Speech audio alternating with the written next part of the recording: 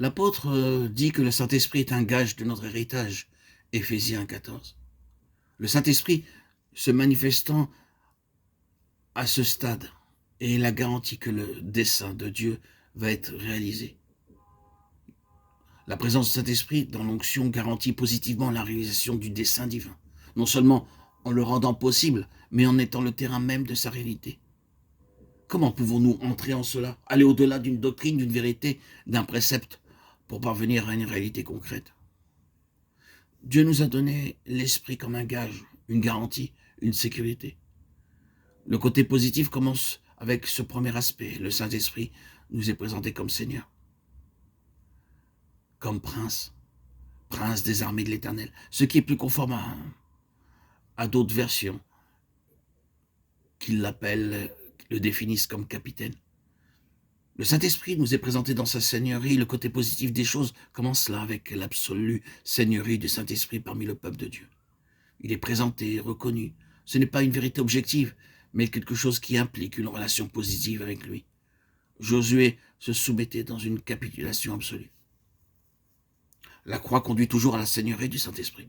Nous passons le Jourdain pour nous placer sous sa seigneurie. La croix existe là. S'il n'est pas à sa place comme Seigneur, et s'il n'y a aucune capitulation, vous n'avez rien de mieux à faire qu'à revenir vers la croix. Revenez en arrière et regardez à travers les os ces pierres qui sont supposées vous représenter. S'il n'est pas Seigneur, quelque chose ne tourne pas rond. Vous n'avez pas été saisi par la signification de la croix. Dans son interprétation spirituelle, la croix est réellement un fait établi. Bien qu'il y ait les défauts, les faiblesses inhérentes à notre condition humaine, et cela s'est manifesté dans la vie de Josué, cependant, en ce qui concerne nos cœurs et nos esprits, la croix nous a brisés, ouvrant une voie pour le Saint-Esprit.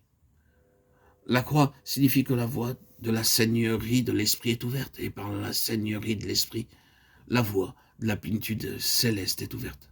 Ah, quelle profonde différence il y a entre les conquêtes faites par l'homme, puis-je dire les renouveaux spirituels faits par l'homme, et le travail du Saint-Esprit. Oh, quelle différence! Quelle immense différence! Le livre de Josué est le livre des puissantes différences.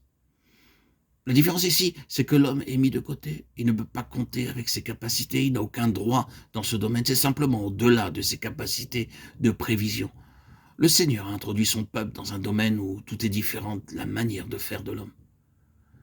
Quand le Saint-Esprit est Seigneur, vous n'avez pas besoin d'organiser une certaine chose pour l'obtenir. Vous n'avez pas besoin de planifier ou de concevoir quelque chose pour accomplir l'œuvre de Dieu. Cela se fait tout simplement. C'est la manière d'agir céleste. Et cela nécessite que vous soyez dans cette position. Cela implique d'être sous le gouvernement absolu du Saint-Esprit.